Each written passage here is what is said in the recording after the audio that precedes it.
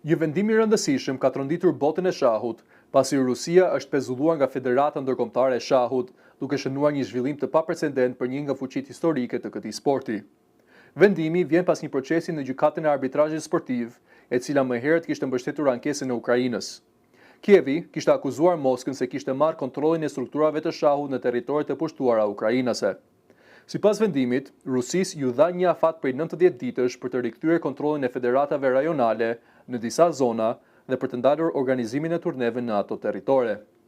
Megjithatë, Federata Ruse nuk e përmbushi këtë kërkesë brenda afatit të përcaktuar. Si pasojë, FIDE njoftoi pezullimin e menjëhershëm të antarësisë së Rusisë. Federata e Shahut të Ukrainës e cilësoi vendimin si një fitore historike, duke theksuar rëndësinë simbolike të tij në kontekstin e luftës. Megjithatë, vendimi nuk e përjashton plotësisht Rusinë nga aktiviteti ndërkombëtar. Lojtarët rusë të kategorisë të rriturve do të mund të garojnë në turne nën flamur neutral, ndërsa të rinjt mund të vazhdojnë të luajnë nën flamurin e tyre kombëtar.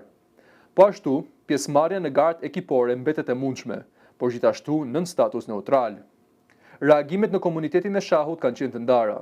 Disa e shohin vendimin si të nevojshëm për shkak të situatës politike, ndërsa të tjerë argumentojnë se sporti duhet të qëndrojë ndar nga politika dhe paralajmërojnë pasoja për zhvillimin ndërkombëtar të lojës.